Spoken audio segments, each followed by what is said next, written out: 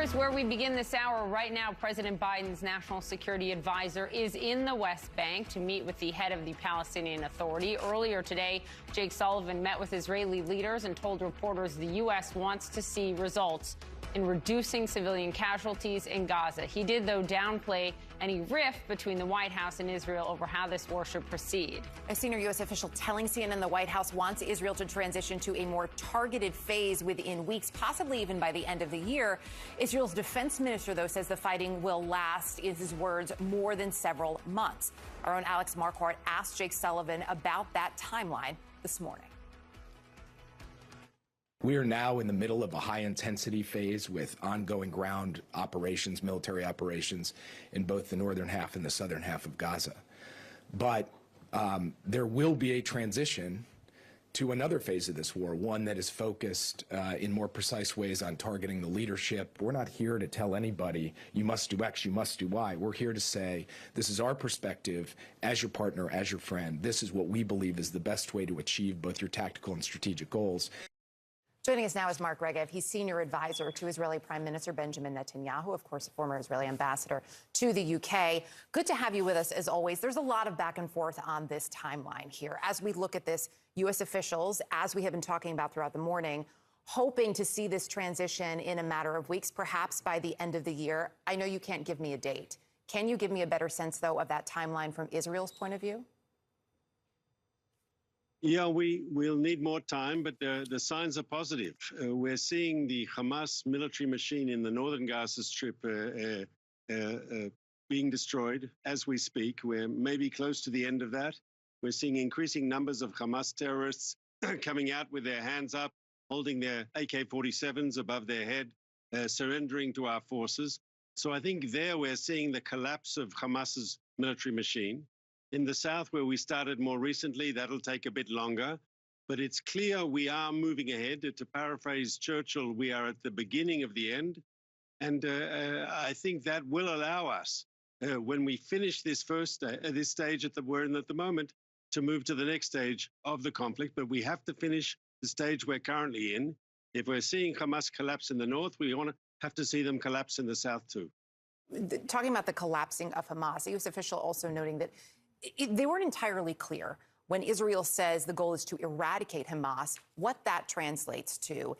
Is it seeing the collapse as you're seeing now? Is it doing away with leadership?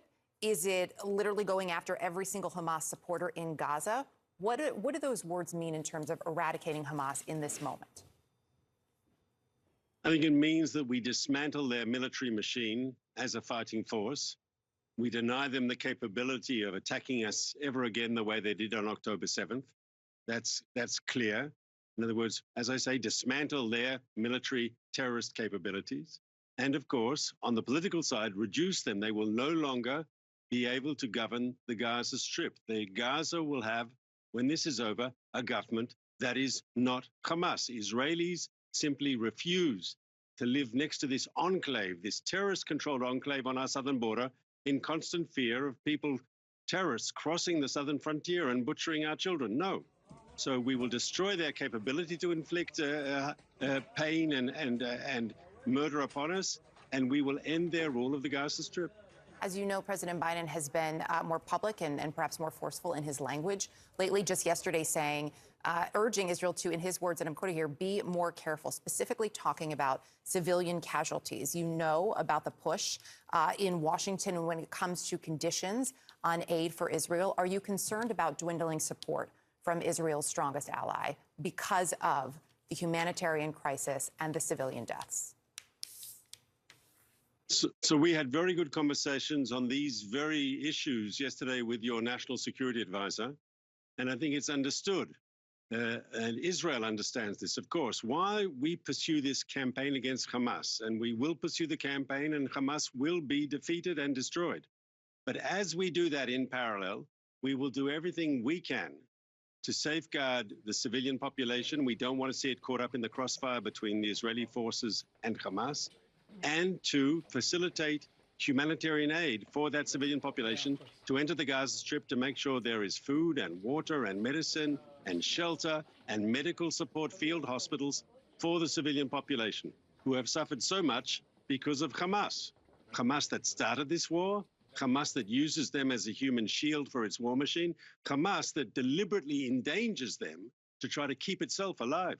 I know you saw the reporting, because I know you spoke with my colleague Caitlin Collins about it last night, the reporting from our colleague Clarissa Ward in southern Gaza at that field hospital. There was a young woman in that piece who said to Clarissa, "The world isn't listening to us. Nobody cares about us. We've been dying for over 60 days. You talk about getting more aid in to field hospitals, food, water. The World Food Program declared a catastrophic hunger crisis in Gaza 10 days ago. How concerned are you about this growing humanitarian crisis? And in terms of getting that aid in, what can you promise this morning?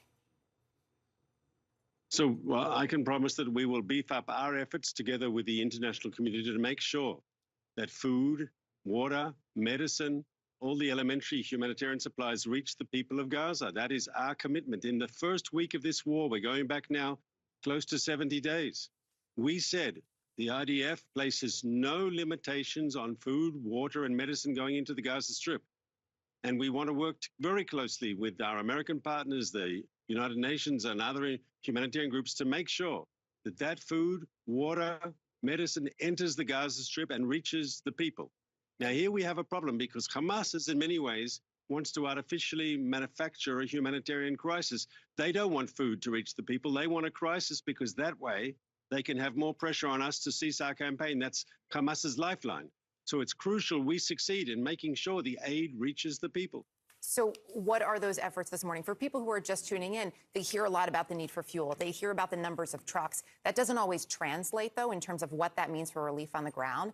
85%, I believe, is the current number of people in Gaza have now been displaced by the fighting. Getting them to a place where they can get that food, where they can even access it and go out safely, as we know from our reporting and from others on the ground, is incredibly difficult. Can you just put that in numbers for folks this morning, what that could look like and when? So I can tell you at the moment, as we speak, Israel has authorized and inspected trucks that are still waiting to go in. And there are logistic issues in southern Gaza. This is why we think maybe Hamas is not really playing the part, is playing a negative role here. Once again, we have authorized and inspected. We have to inspect all trucks going into Gaza for obvious reasons. We don't want Hamas receiving new munitions, new explosives, and so forth. But the trucks that have already been inspected and authorized are still being held up, not because of Israel. There might be objective logistic issues, but there's also the fact that Hamas here, we believe, is deliberately causing problems. They know that their lifeline is a ceasefire that stops Israel destroying their military machine. And they want that international pressure. We have to make sure the civilian aid reaches the civilians. Before we let you go, President Biden, as you know, has been adamant that a two-state solution is still necessary after this war. In terms of Benjamin Netanyahu and the current Israeli government, are they open to a two-state solution? So the formula that my prime minister uses, I think, is clear. He says the Palestinians should have all the powers to rule themselves and none of the powers to threaten Israel. And considering what happened on October 7th, I'm sure you can be very understanding of the second part of the formula, none of the powers to threaten Israel. On the basis of that formula, we're happy to move forward in discussions. The idea that Palestinians should be able to rule themselves, that is open. That's possible. Mark Regev, I appreciate the time this morning. Thank you. My pleasure.